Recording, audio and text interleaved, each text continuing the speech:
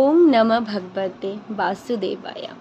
চলে এলাম আবারও একটি নতুন ডিভোশনাল ভ্লগ নিয়ে তোমাদের কাছে। তোমরা সবাই হয়তো কম বেশি নৃসিংহ মহাভারতের বইটি দেখেই নিয়েছো, তাই আমি আর কেন বাকি থাকবো, আমিও চলে গেলাম নৃসিংহ মহাভারতের মুভিটি দেখতে। নৃসিংহ মহাভারতের বইটি এতটাই সুন্দর করেছে, এতটাই সুন্দর, সত্যি রুমের মধ্যে আমার মনে হচ্ছিল আমি সাক্ষাৎ ভগবানকেই দর্শন করছি। ওই সিনটাতে তো আমার চোখ দিয়ে জল বেরিয়ে গেছিলো, যখন প্রহ্লাদ মহারাজ ভগবান বিষ্ণুকে কত আকুতি মিনতি করে ডাকছিল। আর প্রহ্লাদ মহারাজ এটাই বুঝিয়ে দিয়ে গেছিল যে ভগবানকে ভক্তি সহকারে এবং ভালোবাসা দিয়ে ডাকলে অবশ্যই পাওয়া যায়। ভগবান ভক্তের জন্যই, তাই ভক্ত যদি ডাকে ভগবানও অবশ্যই আসে। ভগবান তো ভক্তের জন্যই অপেক্ষা করে থাকে যে কখন সে আমায় ডাকবে আর আমি তার কাছে যাব। তো দেখো, তোমাদের সাথে কথা বলতে বলতে তো আমার মুভিটা দেখাও হয়ে গেল।